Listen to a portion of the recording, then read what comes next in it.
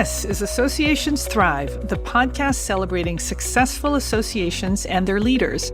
I'm your host, Joanna Pineda, CEO and Chief Troublemaker at Matrix Group International. Welcome to the pilot. And let me tell you the story behind Associations Thrive. And in order to do that, let me introduce my team, Leah and Ray. This whole thing started about 10 years ago. We were in our marketing meeting discussing how our webinar lineup was looking for the quarter. We were brainstorming ideas, and we thought we regularly meet with clients to share the new and innovative things that their association peers are doing in the digital space and beyond. And we thought, why are we limiting this to our clients in a one-on-one conversation? Like, the world needs to hear this. So we decided to hold a webinar showcasing the cool things our clients were doing to better serve their members, grow their organizations, and generate more revenue. That webinar turned out to be a smashing success. And the case study format is so useful because we get to really go deep with these executives. We're able to start from the beginning and drill into their biggest problems that they have, what's giving them heartburn, what's keeping them up at night.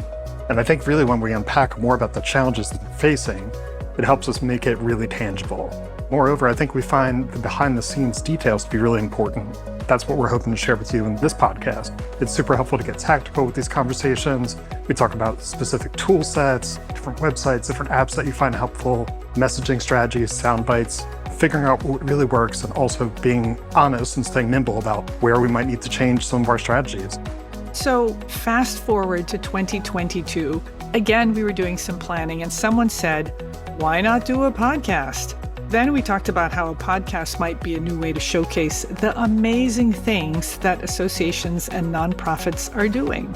Yeah, and with that, we decided to not just talk to our clients, but to talk to CEOs, executive director, and presidents of associations all over the country that we don't currently work with, and frankly, all over the world too.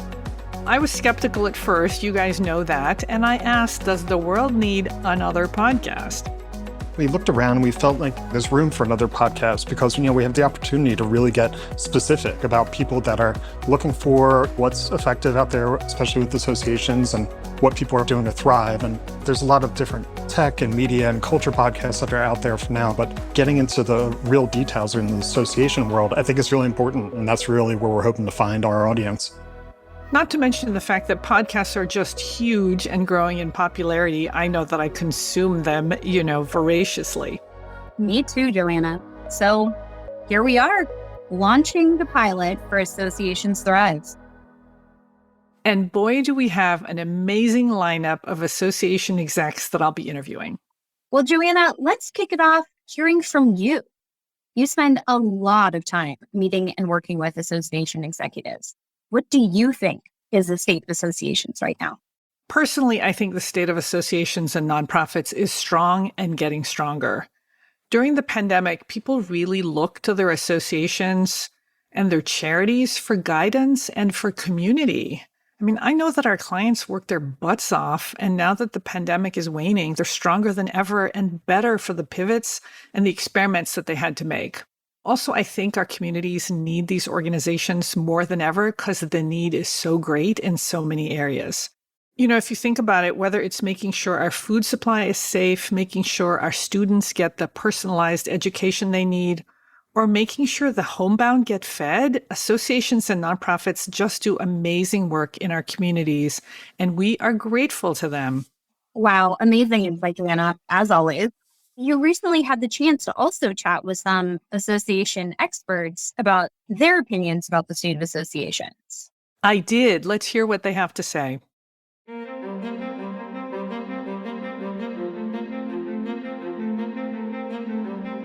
So I'm here with James Marquis, who is CIO of 501 Works. James, what's the state of associations? Hi, Joanna. Thanks for having me on today. I think the state of associations is fairly interesting right now, and it kind of cuts two ways. Coming out of the pandemic, I think there is this pent-up need for innovation and pent-up need for change because the pandemic hit and everyone had to hunker down and sort of survive that initial body blow of we can't have our in-person meetings, we can't go to our offices, and all of the things that came along with that. And so there was this concentrated period of change. Now we're past that. And I think people are looking around and they're like, what comes next? Their members are experiencing things in different ways, ultimately their customers. And I think that they're looking to see how they can take that innovation and keep it going and really start to handle their members in a different way because they have to. Members are no longer content. Some are still on travel restrictions. Some are still, I think, apprehensive about getting together in person. And so I think they are looking for new ways to get information in front of their members in meaningful ways. And that's not just a 1 or 2 day meeting. That's, how do we take advantage of these changes and really make information and our mission more top of mind to people year round, not just when we're having meetings and events. So, James, can you think of something that an association is doing that's helping them do that? What's a good idea that you've seen recently? So I think associations, they sit at a very interesting nexus because so many associations, because we're nonprofits and because really we see information coming at our members from all sorts of different angles, I think associations are in a fabulous position to help their members, in many cases, understand the information overload that is impacting all of us. So we have one group that is essentially starting to put together a resource center. These are vetted material. We all think of it as being able to go to an association website, log in and see information, but they're really taking it to the next level and almost curating it like a librarian would. They're looking at how to facet that information and make it available to their members. They're looking at how it would interplay between different levels of members, the new person in the industry versus the industry veteran. I think folks that do that or organizations that start to look at that and say, you know what, as an association, we can really help shape the conversation in our industry in a meaningful way. That's one of the things that some of our groups are doing. And I think it's going to have some good legs to it once it gets launched and out there. Let's hear from Terry Carden, who's CEO and creator of Review My AMS, AMS Fest, 100 Reviews, and Non-Duzapalooza. Terry, what is the state of associations? Thanks so much, Joanna, for asking. So whenever you asked me to be a part of this conversation, I started thinking about the last few years with associations. And one thing stuck out in my mind that I keep going back to as a gift of the pandemic. And that is authenticity is winning. And I think that associations have had this tried and true, and I hate to even use the word stodgy here, but, a stuffy mentality on how they're communicating and reaching their members and their prospective members and people in industry. And I think what the pandemic did was it broke so many barriers that we were now sitting in each other's living rooms. We were able to have access to seeing people's pets and seeing people's livelihoods. And it just really broke down some of the stuffiness and some of the over professionalism, if you will, of what associations have historically done.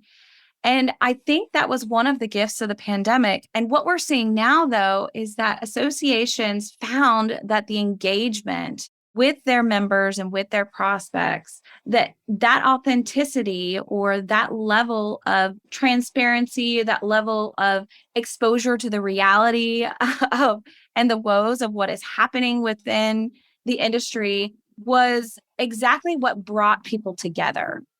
And so historically, I don't think associations had been given a gift where we had to level all of the walls so that we're all on the same playing field and all in each other's bedrooms, dining rooms, and workspaces at home. And what was super cool is that the pandemic gave us this opportunity to see each other in different lights. And now we're not giving it up. It's almost the leaders who have stepped into a role to say, hey, we believe in authenticity and transparency here. And we stand beside that and we believe in that. And we, as an association, are doing the best that we can, is what humans have craved. And I think associations have missed that spot over the last many, many years.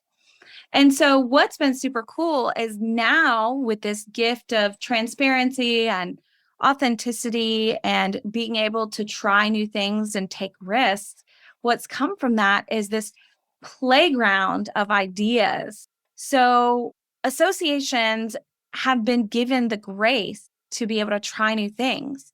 And associations are in a completely new space now where we have got to target the audiences of our industries in a completely new way. So what I'm hearing is that the pandemic really allowed these organizations to kind of show off their warts, if you will, be authentic. The members are eating it up. So what are you seeing associations do with this that's helping them thrive? Long gone are the days where you can't just throw spaghetti at the wall. It's now okay that organizations, authoritative organizations, can fail. And they can fail in the public eye because that's all part of the transparency and authenticity. I was privy to a conversation the other day, and someone said something like, what if it doesn't work? And they said, well, we've already told our members that this is beta, that we're just trying this, that this is a trial. And people love getting involved in something that is new and something that's exciting and something that could be. And being a part of being a part of the ground floor effort. And so I think we're seeing more engagement from associations members because they want to be a part of these new projects. So let's hear from Wes Trokel, who's president of Effective Database Management. Wes, what's the state of associations? Something that struck me as we come out of the pandemic, this was always true before, but seems to have come to the top again, is just what I would call control of data. I think the pandemic drove this in part. This seems like a simple example, but it's a big one, I think, is that any association that shipped anything like a magazine and suddenly realized, wait a minute, my members are not at the office anymore. And so now I need a home address, and I don't have a home address because why would I have ever collected home addresses? So again, just a simple but real example of how the pandemic changed how people were working, where they were working, obviously, and how the associations would communicate with them. And so again, that all redounds to what kind of data do we have and what kind of control do we have over that data? So that's something that I've seen rise to the top here, again, as a result of all the changes that are happening at the association's members' offices or homes or whatever it is. And then related to that is, I just see this a lot more than I ever had before, wanting a better view of the member holistically. And so we've got so much more technology, doing so many other things. So that all gets back to integration and where do we put all that data and where is that data accessible? And I think just, again, most associations, especially maybe coming out of the pandemic, doing all kinds of other things they'd never done before. And when you do things, that generates data almost by definition. And so now I've got all this other data. What can I do with that? How do I get access to that? How do I make that part of the bigger picture of the member, whether it's an individual membership or an organizational membership? So Wes, can you think of a client that has gleaned some amazing insights and are doing something really innovative with that data? So not a client of mine, but I saw a presentation at ASA's annual where they were talking about their membership is in healthcare, but was in a gray area of not really healthcare providers like credentialed, MDs, not doctors, not nurses, but not people who get to stay home either. So they're people who actually work in hospitals. And so what they discovered was, because they were, especially I think because they're in the gray area, that their members, they didn't know how to feel. They didn't know what they should feel about themselves because they're not being treated quite as essential, but not being allowed to stay home either. And realized, okay, let's stop selling stuff and let's just talk to them. And so they kind of opened up these lines of communication where they would do like one-question surveys and to ask, again, it wasn't about how can we create a new product? It was more, we're here for you because you are our community. And they got really positive response from that. People literally saying, I didn't know who else to talk to because no one else was experiencing what I was experiencing. But of course, all their other members were. And so they created community, not by using an online community, but really just kind of talking very simply, meaning that they weren't sending 10 questionnaires. It was like 1 or 2 questionnaires. And again, getting that back and then feeding that back out to them very quickly. And so you got this quick feedback loop that they didn't have before. to me, it was fascinating because what the association did was they responded to their market. Instead of just saying we should always do it, we do this because we're going to sell stuff, or we do this because we have to push membership. And they said, we need to just stop and think about what our members are experiencing and serve truly as a community, which is what associations really should be.